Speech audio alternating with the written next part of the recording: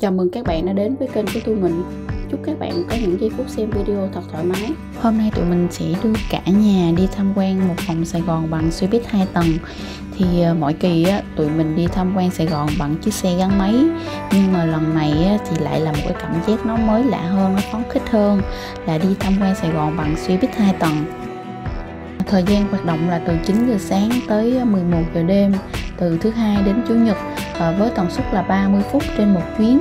Hành trình của xe đi qua 30 tuyến đường và gần 20 điểm tham quan di tích xưa và nay ở Sài Gòn. Lúc mình đi thì xe buýt đón tụi mình tại phố đi bộ Nguyễn Huệ, và khi mà trả về thì trả về ở bưu điện trung tâm thành phố. Giá vé dành cho trẻ em là 100.000, còn người lớn là 150. Lộ trình của xe buýt chạy là khoảng 60 phút trên một vòng và có tai nghe thuyết trình dành cho người nước ngoài. Các bạn có thể đặt vé xe buýt online trước nha. Còn lúc tụi mình đi thì tụi mình không có biết cái vụ mà đặt vé online, thì cứ nghĩ là mình đi xuống đó là mình mua vé trực tiếp luôn. Thì khi mà lên xe các anh chị có hỏi tụi mình là vé đâu, thì tụi mình không có biết là đặt vé online á. Nhưng mà may một cái là cái chuyến xe buýt của mình đi á, nó còn dư đúng 2 vé luôn, nên tụi mình tính ra là thời điểm đó là cũng may mắn. Nên mà để tránh trường hợp giống như tụi mình á, thì các bạn nên mua vé online trước nha. Nếu mà các bạn mà có bị say xe khi mà đi xe buýt á, thì khi mà các bạn đi xe buýt 2 tầng thì không sao cả. Các bạn đừng có ngồi ở tầng dưới, các bạn có thể lên tầng trên. Thì mình nghĩ khi mà lên tầng trên á, có không khí nó thoải mái hơn, thì các bạn không có bị say xe đâu.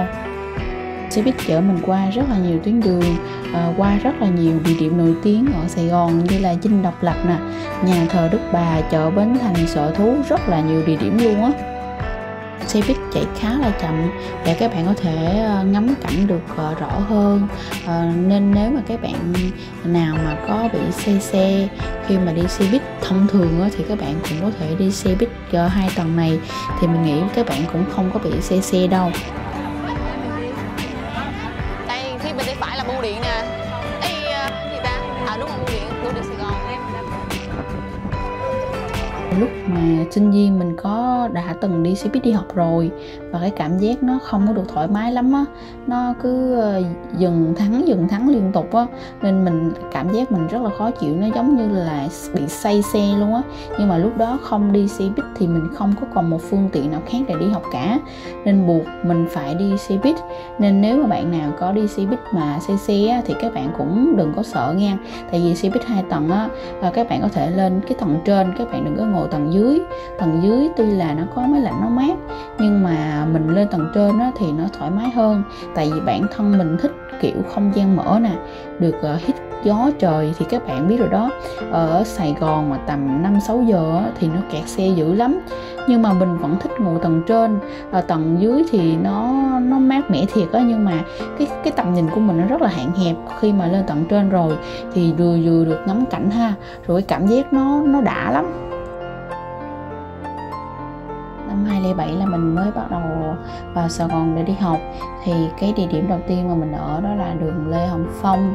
Thì các bạn biết chợ hoa Hồ Thị Kỷ là mình ở đó đó. Thì đối với mình thì cái quận nhất đó là một cái nơi nó rất là xa hoa, nó tráng lệ với mình luôn á. Và suốt quãng đời sinh viên thì mình chả bao giờ dám xuống quận nhất chơi cả. Đơn giản thì mình bị mù đường các bạn. Ở đây thì không biết là có bạn nào giống mình không ta. Mặc dù là trên tay mình cầm tấm bản đồ, nhưng mà mình vẫn đi lạc. Thì mãi đến sau này bạn trai mình chở xuống quận nhất chơi không biết bao nhiêu lần luôn, chắc có lẽ cũng phải là vài trăm lần, nhưng mình vẫn không nhớ tên đường được. Và chỉ biết là tới đoạn đó quẹo trái, rồi tới đoạn đó quẹo phải để về nhà, chứ không nhớ được tên đường luôn.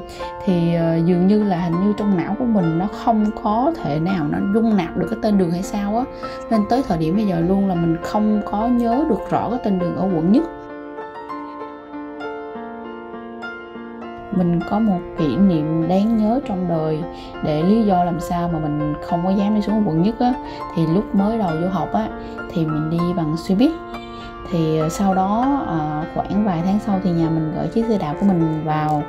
thì lúc đi xe đạp á nó cực kỳ phấn khích luôn á.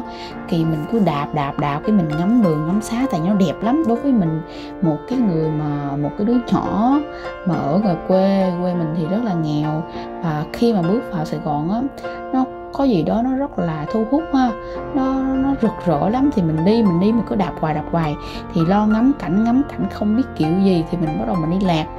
Và ác một cái nha, là mình luôn tin vào cái trí nhớ của mình, là mình không hỏi bất kỳ ai cả. Và lúc đó thật sự là mình rất là sợ. Mình sợ là mình hỏi rồi người ta không biết có chị đúng hay không, hay là người ta có dụ dỗ mình không ta. Lúc đó là mình rất là sợ ha. Và mình tin vào cái trí nhớ của mình. Thì chạy một hồi, chạy hoài, mình chạy vòng cái ủa, tại sao mình chạy hoài mà cứ qua cái tuyến đường này hoài. Thì các bạn biết rồi đó, ở dưới quận Nhất có những cái tuyến đường nó là đường một chiều, thì mình chỉ cần mà chạy hớ một cái thôi là mình chạy hoài luôn, và chạy không thể nào tới cái nơi mà mình muốn tới được. Chạy hoài luôn, mà trong tay đang cầm cái tấm bản đồ nha, mà mình không biết mình coi bản đồ kiểu gì, mà mình chạy hoài luôn và vẫn không tới đích. Thì lúc này là bắt đầu là trời đổ mưa. Thì nó hơi tủi thân là lúc đó mới vô, vừa nhớ nhà mà lại bị lạc và không dám hỏi ai cả. Và lúc đó là mình không có điện thoại như bây giờ, thì mình không thể nào mình gọi điện để mình cầu cứu được. Và thật ra mình cũng không biết cứu ai, không biết cầu cứu ai cả. Thì mình chạy một hồi thì thôi, chạy hoài, chạy cũng phải mấy tiếng á. Thì sau đó là mình mới đành hỏi một người bên đường. Thì lúc đó là mình hỏi cái cô đó cũng chỉ, nói chung chỉ được một khúc. Cô đó không thể nào chỉ quá nhiều được, tại vì mình không có nhớ. Thì cô đó nói là cứ chạy đi rồi hỏi. Thì dần mình chạy, mình hỏi thì rốt cuộc mình cũng đã về tới nhà. Đó là một ký ức nó rất là buồn cười đối với mình luôn á. Bây giờ mà nhắc tới quận Nhất mà thì mình lúc nào mình cũng kể với mọi người cái ký ức đó cả. Và tới tận bây giờ luôn, nếu mà để tự một mình chạy xuống quận Nhất thì mình khá là bối rối, mình không có tự tin vào bản thân mình lắm. Nếu mà có ai chở thì mình đi, còn chứ mà để một mình mà chạy xuống quận Nhất thì mình không có đủ tự tin đó. Và giờ thì mình sẽ thấy Sài Gòn nó khác xa xưa lắm luôn rồi đó. Có những tuyến đường mà mình chạy ngang qua mà mình không nhớ được là ngày xưa ở chỗ đây nó có cái gì, và mình không nhớ được luôn. Có lẽ là lâu lắm rồi mình không có xuống lại quận Nhất. Thì hồi xưa á, ở cái thời mà tầm 22-23 tuổi đó, thì mình và người bạn trai của mình thường xuyên xuống quận Nhất lắm. Vào thứ Bảy Chủ nhật là tụi mình chạy xe xuống đó chơi. Mình thích cái không khí ở dưới đó, nhộn nhịp, tấp nập đông vui lắm. Thì mãi đến sau này thì chắc có lẽ là do cái tuổi tác của mình hay sao á, nên mình không có thích lắm những cái chỗ mà nó quá tấp nập á. Thì bây giờ là mình lại thích những cái chỗ nó yên tĩnh hơn. Chắc là cũng là do cái tuổi tác nó ập tới hay sao á. Bây giờ là cái thời gian mình xuống quận Nhất của mình thì cũng ít lắm, khoảng vài tháng mình mới xuống nó một lần, chạy vòng chơi thôi.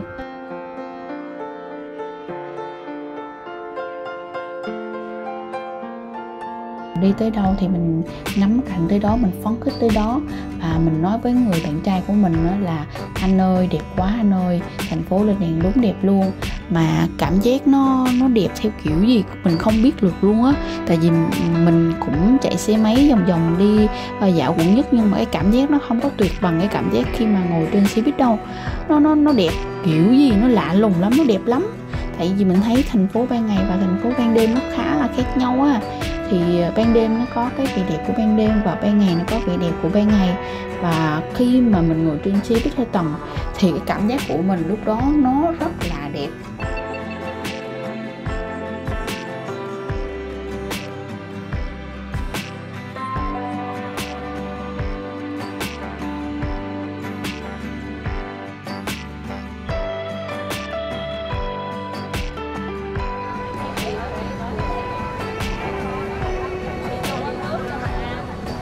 Khoanh về rồi anh ha.